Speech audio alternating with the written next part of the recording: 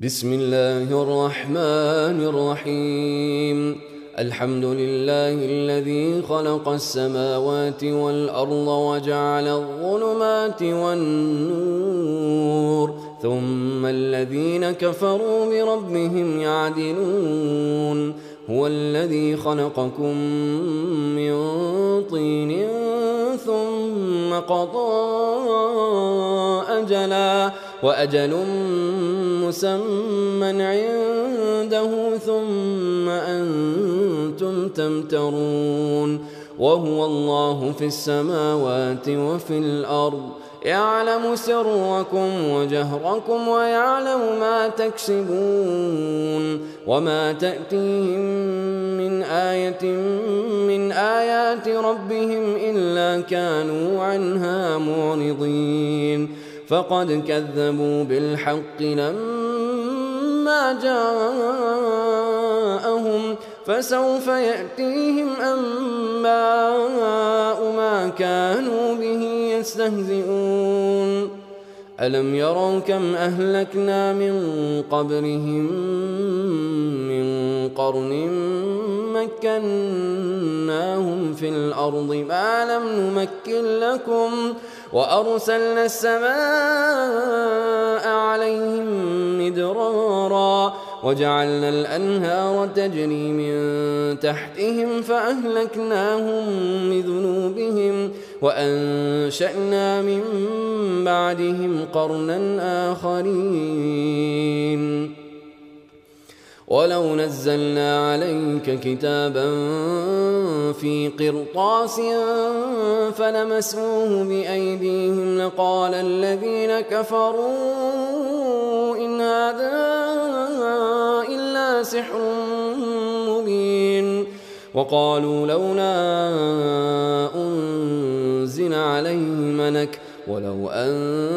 أنزلنا ملكا لقضي الأمر ثم لا ينظرون. ولو جعلناه ملكا لجعلناه رجلا وللبسنا عليهم ما يلبسون. ولقد استهزئ برسل من قبلك فحاق بالذين سخروا منهم ما كانوا به يستهزئون.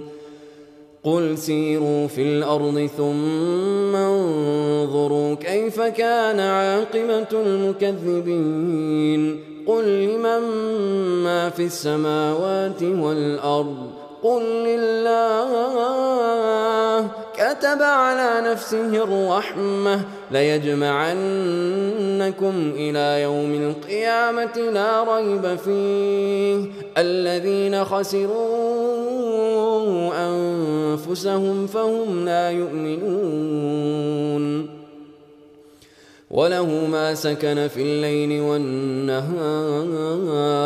وهو السميع العليم. قل أغير الله أتخذ وليا فاطر السماوات والأرض وهو يطعم ولا يطعم. قل إني أمرت أن أكون أول من أسلم ولا تكونن من المشركين. قل إني أخاف إن عصيت ربي عذاب يوم عظيم. من يصرف عنه يومئذ فقد رحمه وذلك الفوز المبين. وإن يمسسك الله بضر فلا كاشف له إلا هو وإن يمسسك بخير فهو على كل شيء قدير. وهو القاهر فوق عباده وهو الحكيم الخبير. قل أي شيء أكبر شهادة قل الله شهيد بيني وبينكم وأوحي إلي هذا القرآن لأنذركم به ومن بلغ. أئنكم لتشهدون أن مع الله آلهة أخرى قل لا أشهد. قل إنما هو إله واحد وإن إنني بريء مما تشركون الذين آتيناهم الكتاب يعرفونه كما يعرفون أبناءهم الذين خسروا أنفسهم فهم لا يؤمنون ومن أظلم ممن افترى على الله كذبا أو كذب بآياته إنه لا يفلح الظالمون ويوم نحشرهم جميعا ثم نقول للذين أشركوا أين شركاؤكم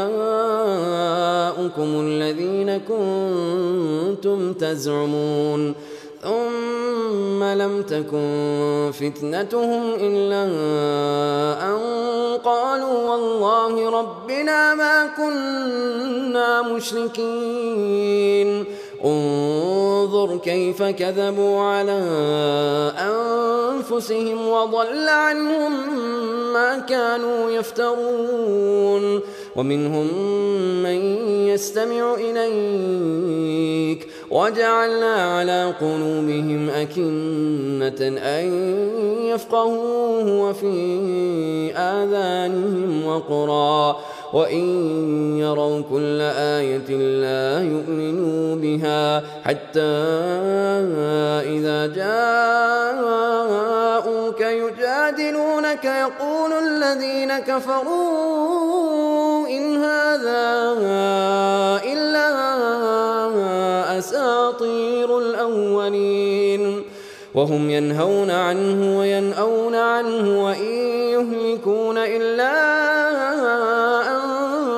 أنفسهم وما يشعرون ولو ترى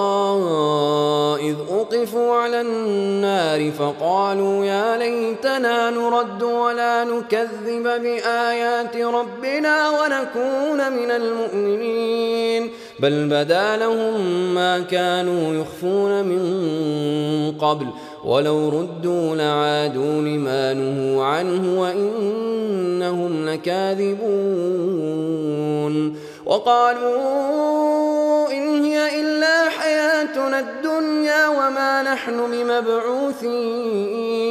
ولو ترى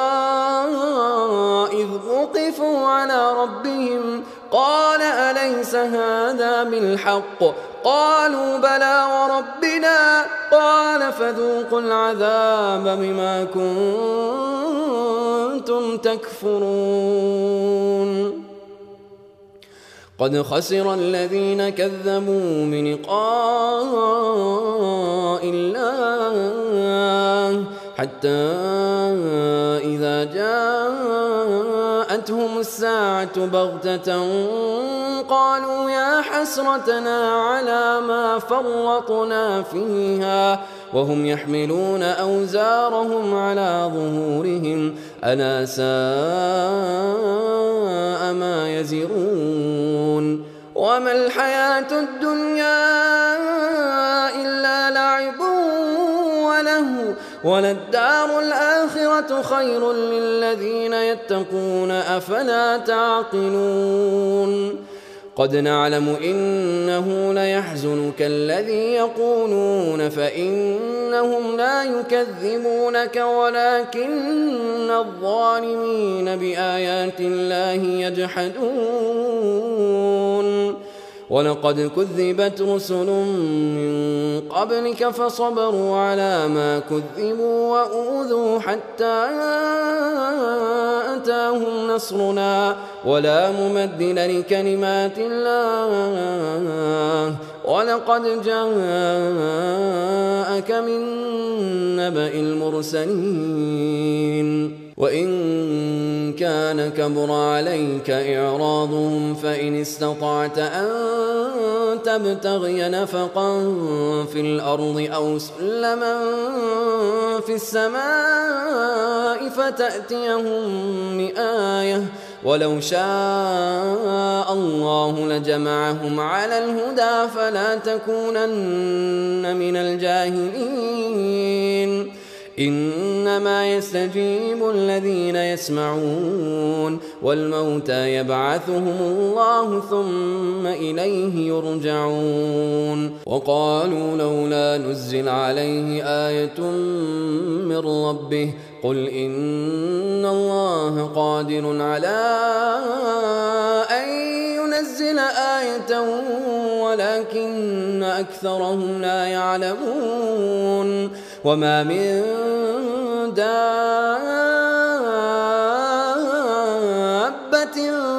في الأرض ولا طائر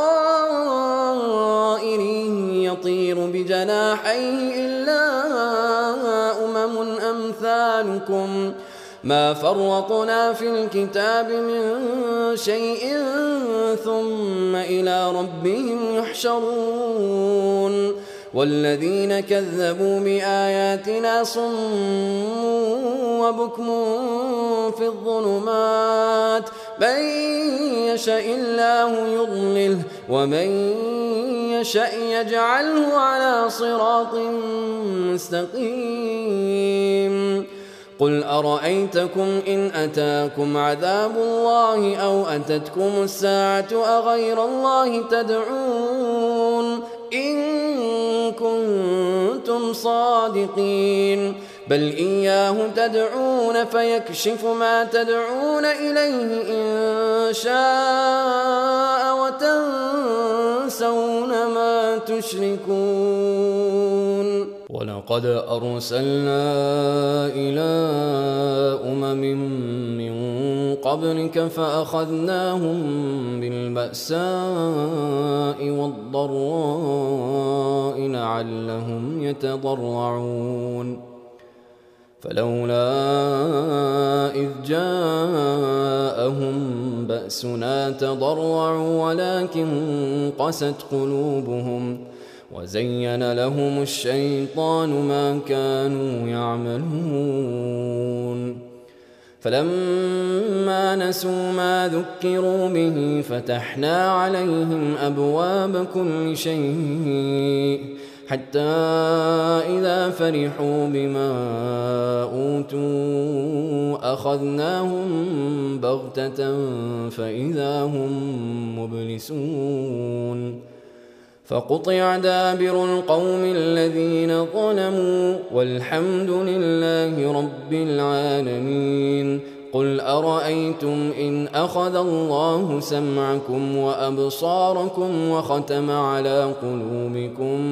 من إله غير الله يأتيكم به انظر كيف نصرف الآيات ثم هم يصدفون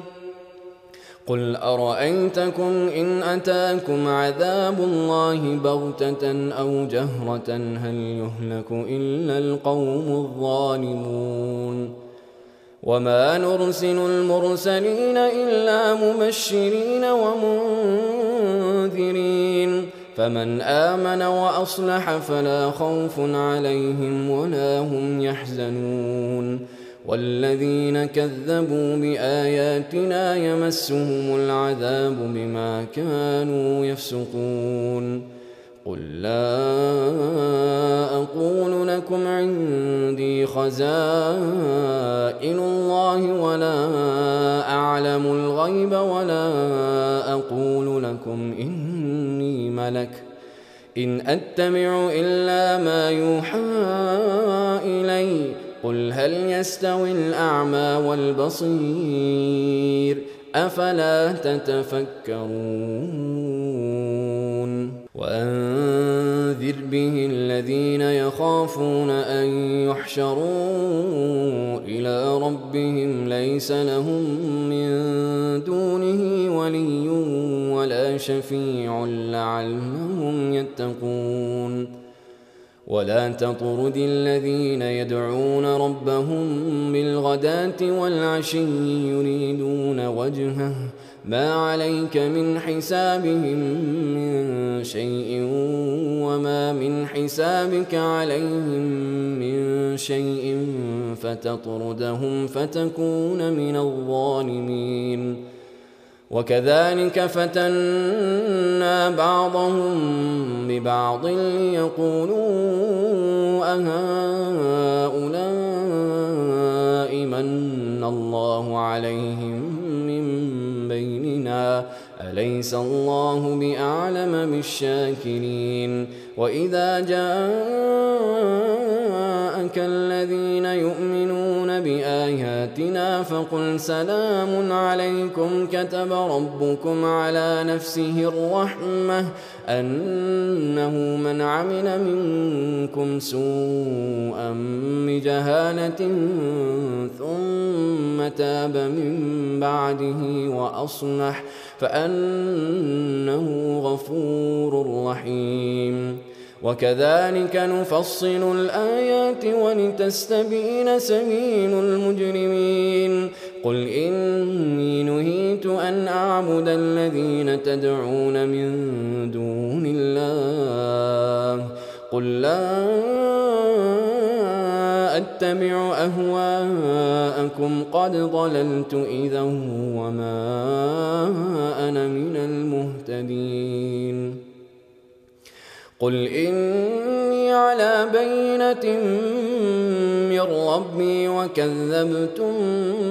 به ما عندي ما تستعجلون به إن الحكم إلا لله يقص الحق وهو خير الفاصلين قل لو أن عندي ما تستعجلون به لقضي الأمر بيني وبينكم والله أعلم بالظالمين وعنده مفاتح الغيب لا يعلمها إلا هو ويعلم ما في البر والبحر وما تسقط من ورقة إلا يعلمها ولا حبة في ظلمات الأرض ولا رطب ولا يابس إلا في كتاب مبين وهو الذي يتوفاكم بالليل ويعلم ما جرحتم بالنهار ثم يبعثكم فيه ليقضى أجل مسمى ثم إليه مرجعكم ثم ينبئكم بما كنتم تعملون وهو القاهر فوق عباده ويرسل عليكم حفظه حتى إذا جاء أحدكم الموت توفته رسلنا وهم لا يفرطون ثم ردوا إلى الله مولاهم الحق ألا له الحكم وهو أسرع الحاسبين قل من ينجيكم من ظلمات البر والبحر تدعونه تضرعا وخفية لئن أنجانا من هذه لنكونن من الشاكرين قل الله ينجيكم منها ومن كل كرب ثم أنتم تشركون قل هو القادر على أن يبعث عليكم عذابا من فوقكم أو من تحت أرجلكم أو يلبسكم شيعا ويذيق بعضكم بأس بعض انظر كيف نصرف الآيات لعلهم يفقهون وكذب به قومك وهو الحق قل لست عليكم بوكيل لكل نبأ مستقر وسوف تعلمون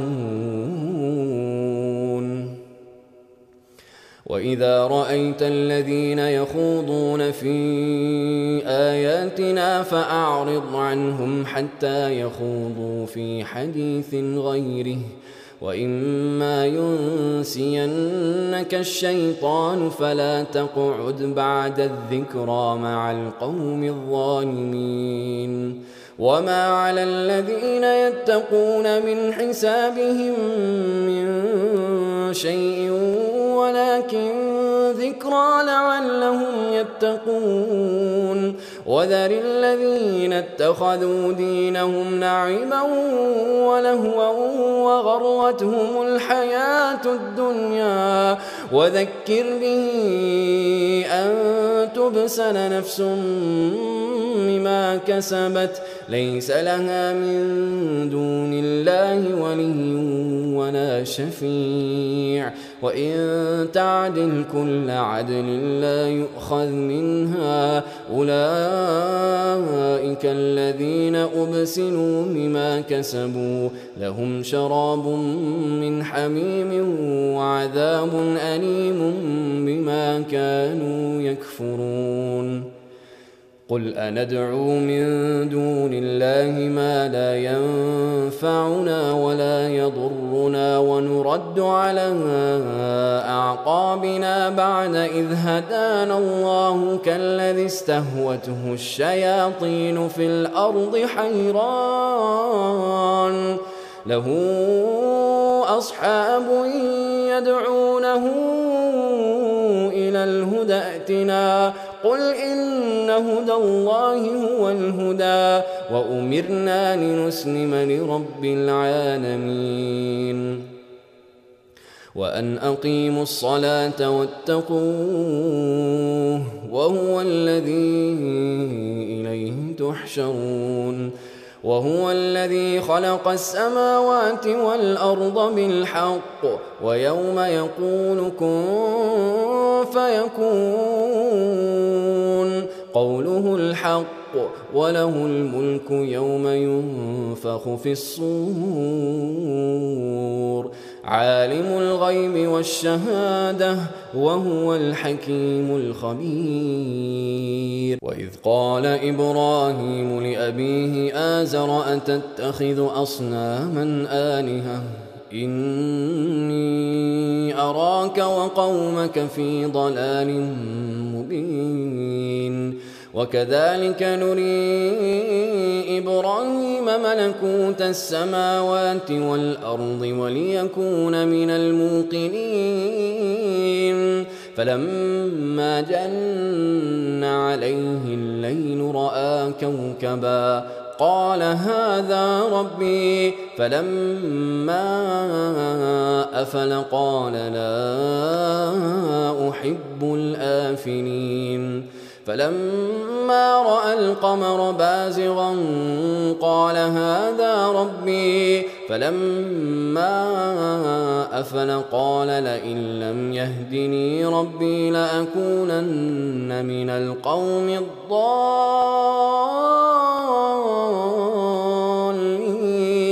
فلما رأى الشمس بازغة قال هذا ربي هذا أكبر فلما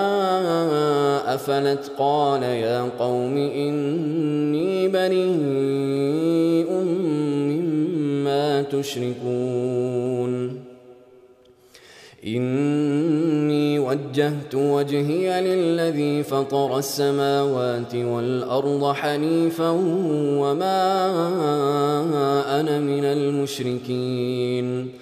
وحاجه قومه قال أتحاجوني في الله وقد هدان ولا أخاف ما تشركون به إلا أن يشاء ربي شيئا وسع ربي كل شيء علما أفلا تتذكرون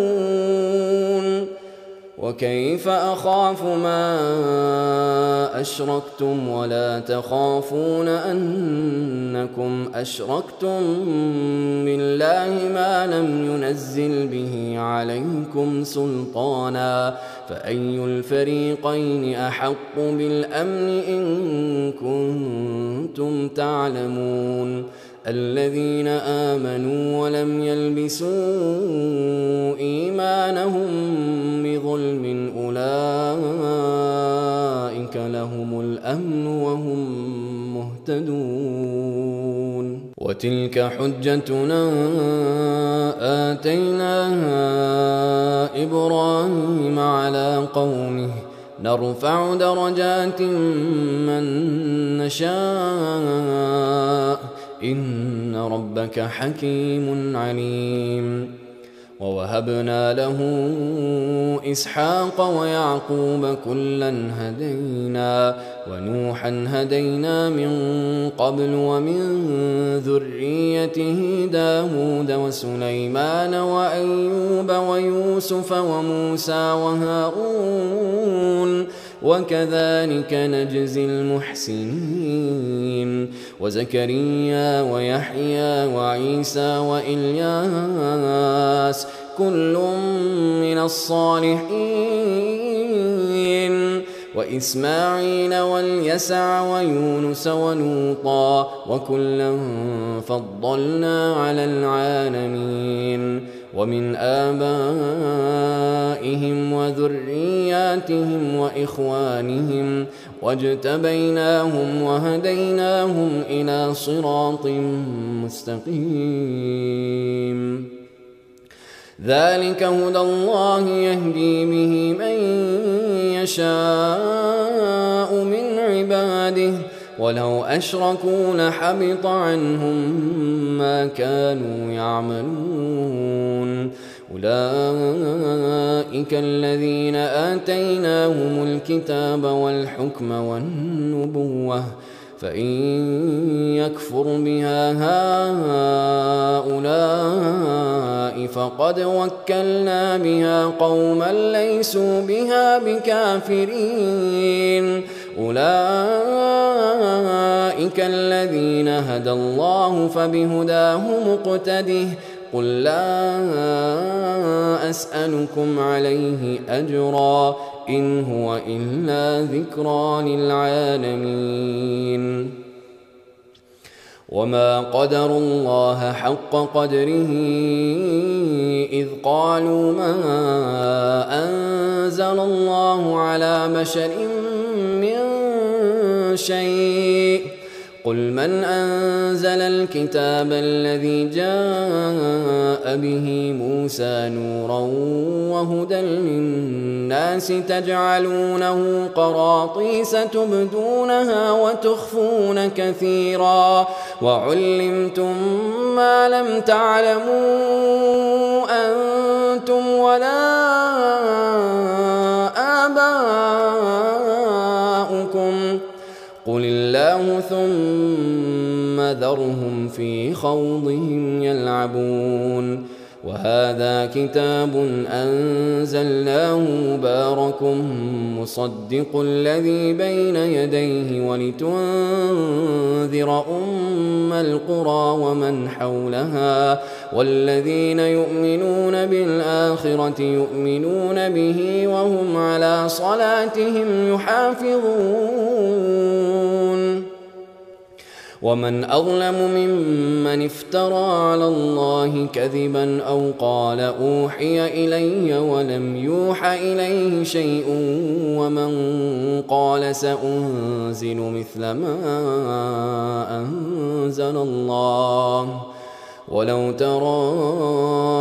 إذ الظالمون في غمرات الموت والملائكة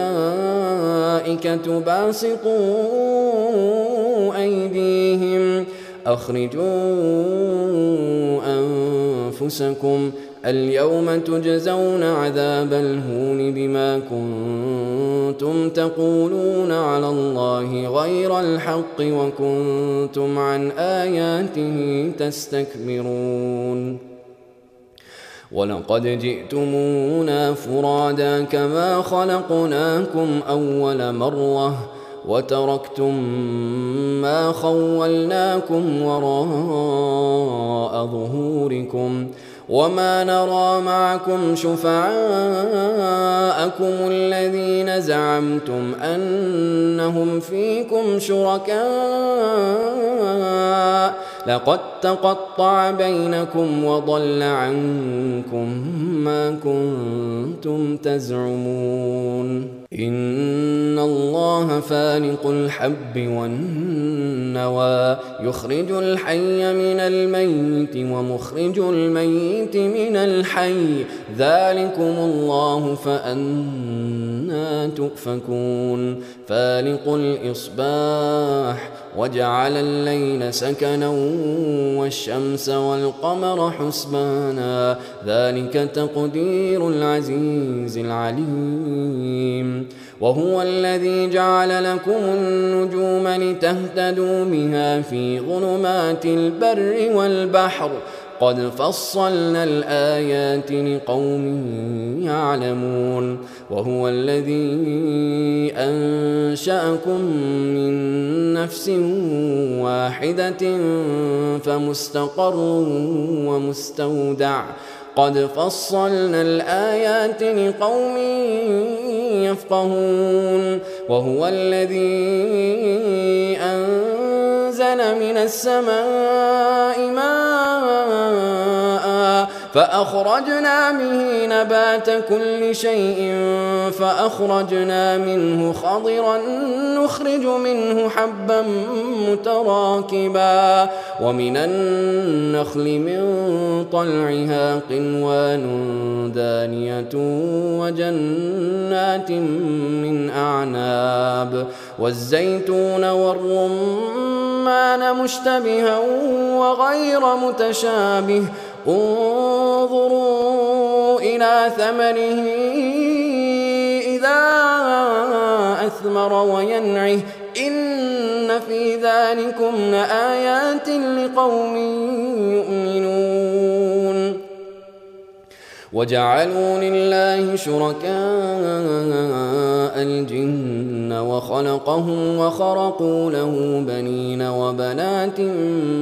بغير علم سبحانه وتعالى عما يصفون بديع السماوات والأرض أنى يكون له ولد ولم تكن له صاحبة وخلق كل شيء وهو بكل شيء عليم ذلكم الله ربكم لا إله إلا هو خالق كل شيء فاعبدوه وهو على كل شيء وكيل لا تدركه الأبصار وهو يدرك الأبصار وهو اللطيف الخبير قد جاءكم بصائر من ربكم فمن أبصر فلنفسه ومن عمي فعليها وما أنا عليكم بحفيظ وكذلك نصرف الآيات وليقولوا درست ولنبينه لقوم يعلمون اتبع ما أوحي إليك من ربك لا إله إلا هو وأعرض عن المشركين ولو شاء الله ما أشركوا وما جعلناك عليهم حفيظا وما أنت عليهم بوكيل ولا تسبوا الذين يدعون من دون الله فيسبوا الله عدوا بغير علم كذلك زينا لكل أمة عملهم ثم إلى ربهم مرجعهم فينبئهم بما كانوا يعملون وأقسموا بالله جهد أيمانهم لئن جاءتهم جاءتهم آية ليؤمنن بها قل إنما الآيات عند الله وما يشعركم أنها إذا جاءت لا يؤمنون ونقلب أفئدتهم وأبصارهم كما لم يؤمنوا به أول مرة ونذرهم في طغيانهم يعمهون ولو أننا نزلنا إليهم الملائكة وكلمهم الموتى وحشرنا عليهم كل شيء قبلا ما كانوا ليؤمنوا إلا أن يشاء الله ولكن أكثرهم يجهلون وكذلك جعلنا لكل نبي عدوا شياطين الإنس والجن يوحي بعضهم إلى بعض زخرف القول غرورا ولو شاء ربك ما فعلوه فذرهم وما يفترون ولتصغى إليه أفئدة الذين لا يؤمنون بالآخرة وليرضوه وليقترفوا ما هم مقترفون أفغير الله أبتغي حكما وهو الذي أنزل إليكم الكتاب مفصلا والذين آتيناهم الكتاب يعلمون أنه منزل من ربك بالحق فلا تكونن من الممترين وتمت كلمة ربك صدقا وعدلا لا مبدل لكلماته وهو السميع العليم وإن تطع أكثر من في الأرض يضلوك عن سبيل الله إن يتبعون إلا الظن وإن هم إلا يخرصون إن ربك هو أعلم من يضل عن سبيله وهو أعلم بالمهتدين فكلوا مما ذكر اسم الله عليه إن كنتم بآياته مؤمنين وما لكم ألا تأكلوا مما ذكر اسم الله عليه وقد فصل لكم ما حرم عليكم إلا ما اضطررتم إليه وإن كثيرا ليضلون بأهوائهم بغير علم إن ربك هو أعلم بالمعتدين وذروا ظاهر الإثم وباطنه إن الذين يكسبون الإثم سيجزون بما كانوا يقترفون ولا تأكلوا مما لم يذكر اسم الله عليه وإنه لفسق وإن الشياطين ليوحون إلى أوليائهم ليجادلوكم وإن أطعتموهم إنكم لمشركون أومن كان ميتا فأحييناه وجعلنا له نورا يمشي به في الناس كمن مثله في الظلمات ليس بخارج منها كذلك زين للكافرين ما كانوا يعملون وكذلك جعلنا في كل قرية أكابر مجرميها ليمكروا فيها وما يمكرون إلا بأنفسهم وما يشعرون وإذا جاءتهم آية قالوا لن نؤمن حتى نؤتى مثل ما أوتي رسل الله الله أعلم حيث يجعل رسالته سيصيب الذين أجرموا صغار عند الله وعذاب شديد بما كانوا يمكرون فمن يريد الله أن يهديه يشرح صدره للإسلام ومن يرد أن يضله يجعل صدره ضيقا حرجا كأنما يصعد في السماء كذلك يجعل الله الرجس على الذين لا يؤمنون وهذا صراط ربك مستقيما قد فصلنا الآيات لقوم يذكرون لهم دار السلام عند ربهم وهو وليهم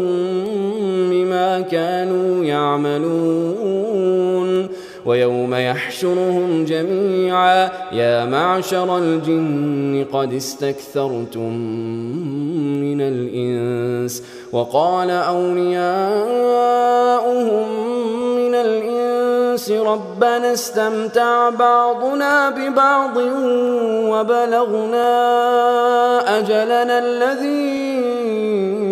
أجلت لنا قال النار مثواكم خالدين فيها إلا ما شاء الله إن ربك حكيم عليم وكذلك نولي بعض الظالمين بعضا بما كانوا يكسبون يا معشر الجن والإنس ألم يأتكم رسل منكم يقصون عليكم آياتي وينذرونكم لقاء يومكم هذا قالوا شهدنا على أنفسنا وغرتهم الحياة الدنيا وشهدوا على أنفسهم أنهم كانوا كافرين ذلك أن لم يكن ربك مهلك القرى بظلم وأهلها غافلون ولكل درجات مما عملوا وما ربك بغافل عما يعملون وربك الغني ذو الرحمة إن يشأ يذهبكم ويستخلف من بعدكم ما يشاء كما أنشأكم من ذرية قوم آخرين إنما توعدون لآت وما أنتم بمعجزين قل يا قوم اعملوا على مكانتكم إني عامل فسوف تعلمون من تكون له عاقبة الدار إنه لا يفلح الظالمون وجعلوا لله مما ذرأ من الحرث والأنعام نصيبا فقالوا هذا لله بزعمهم وهذا لشركائنا فما كان لشركائهم فلا يصل إلى الله وما كان لله فهو يصل إلى شركائهم ساء ما يحكمون وكذلك زين لكثير من المشركين قتل أولادهم شركاؤهم ليردوهم وليلبسوا عليهم دينهم ولو شاء الله ما فعلوه فذرهم وما يفترون وقالوا هذه أنعام وحرث حجر لا يطعمها إلا من نشاء بزعمهم وأنعام حرمت ظهورها وأنعام لا يذكرون اسم الله عليها افتراء عليه سيجزيهم بما كانوا يفترون وقالوا ما في بطون هذه الأنعام خالصة لذكورنا ومحرم على أزواجنا وإن يكن ميتة فهم فيه شركاء سيجزيهم وصفهم إنه حكيم عليم قد خسر الذين قتلوا أولادهم سفها بغير علم وحرموا ما رزقهم الله افتراء على الله قد ضلوا وما كانوا مهتدين وهو الذي أنشأ جنات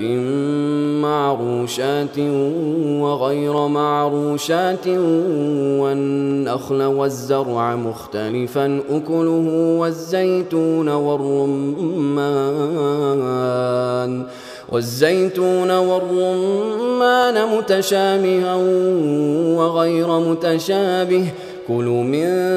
ثمره إذا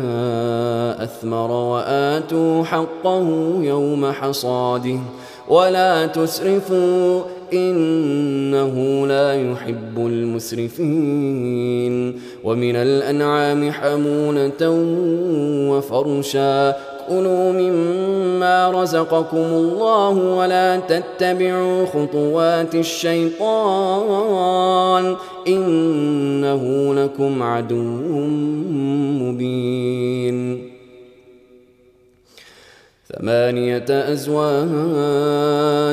من الضأن 2 ومن المعز 2 قل أذكرين حرم أم الأنثيين أما اشتملت عليه أرحام الأنثيين نبئوني بعلم إن كنتم صادقين ومن الإبل 2 ومن البقر 2 قل أذكرين حرم أم الأنثيين أما اشتملت عليه أرحام الأنثيين أم كنتم شهداء إذ وصاكم الله بهذا فمن أظلم ممن افترى على الله كذبا ليضل الناس بغير علم إن الله لا يهدي القوم الظالمين قل لا أجد فيما أوحي إلي محرما على طاعم يطعمه إلا أن يكون ميتة أو دما مسفوحا أو لحم خنزير فإنه رجس أو فسقا أهل لغير الله به فمن اضطر غير باغ ولا عاد فإن ربك غفور رحيم وعلى الذين هادوا حرمنا كل ذي ظفر ومن البقر والغنم حرمنا عليهم شحومهما إلا ما حملت ظهورهما أو الحوايا أو ما اختلط بعظم ذلك جزيناهم ببغيهم وإنا لصادقون فإن كذبوك فقل ربكم ذو رحمة واسعة ولا يرد بأسه عن القوم المجرمين سيقول الذين أشركوا لو شاء الله ما أشركنا ولا آباؤنا ولا حرمنا من شيء كذلك كذب الذين من قبلهم حتى ذاقوا بأسنا قل هل عندكم من علم فتخرجوه لنا إن تتبعون إلا الظن وإن أنتم إلا تخرصون قل فلله الحجة البالغة فلو شاء لهداكم أجمعين قل هلم شهداءكم الذين يشهدون أن الله حرم هذا فإن شهدوا فلا تشهد معهم ولا تتبع أهواء الذين كذبوا بآياتنا والذين لا يؤمنون بالآخرة وهم بربهم يعدلون قل تعالوا أتل ما حرم ربكم عليكم ألا تشركوا به شيئا وبالوالدين إحسانا ولا تقتلوا أولادكم من إملاق نحن نرزقكم وإياهم ولا تقربوا الفواحش ما ظهر منها وما بطن ولا تقتلوا النفس التي حرم الله إلا بالحق ذلكم وصاكم به لعلكم تعقلون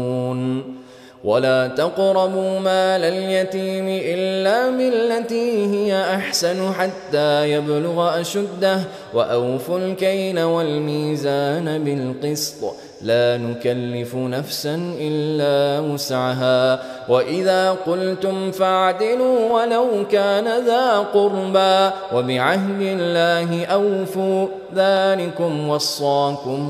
به لعلكم تذكرون وأن هذا صراطي مستقيما فاتبعوه ولا تتبعوا السبل فتفرق بكم عن سبيله ذلكم وصاكم به لعلكم تتقون ثم آتينا موسى الكتاب تماما على الذي أحسن وتفصيلا لكل شيء وهدى ورحمة لعلهم بلقاء ربهم يؤمنون وهذا كتاب أنزلناه مبارك فاتبعوه واتقوا لعلكم ترحمون أن تقولوا إنما أنزل الكتاب على طائفتين من قبلنا وإن كنا عن دراستهم لغافلين أو تقولوا لو أنا أنزل علينا الكتاب لكنا أهدى منهم فقد جاءكم بينة من ربكم وهدى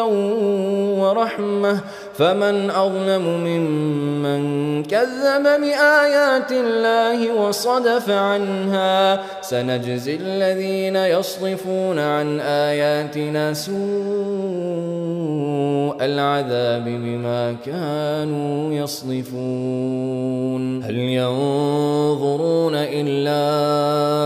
أن تأتيهم الملائكة الملائكة أو يأتي ربك أو يأتي بعض آيات ربك يوم يأتي بعض آيات ربك لا ينفع نفسا إيمانها لم تكن آمنت من قبل أو كسبت في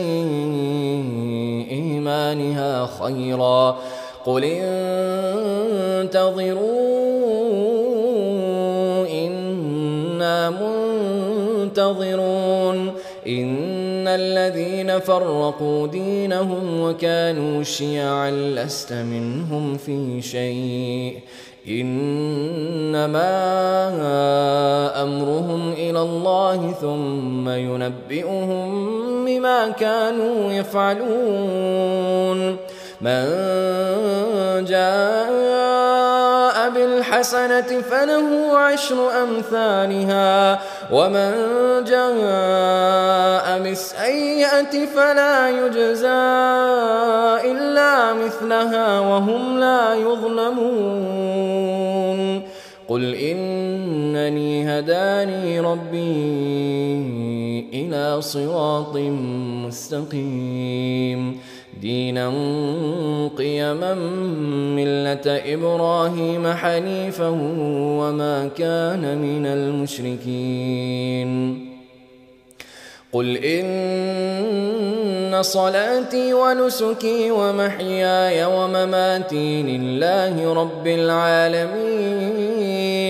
لا شريك له وبذلك أمرت وأنا أول المسلمين قل أغير الله أبغي ربا وهو رب كل شيء ولا تكسب كل نفس إلا عليها ولا تزر وازرة وزر أخرى ثم إلى ربكم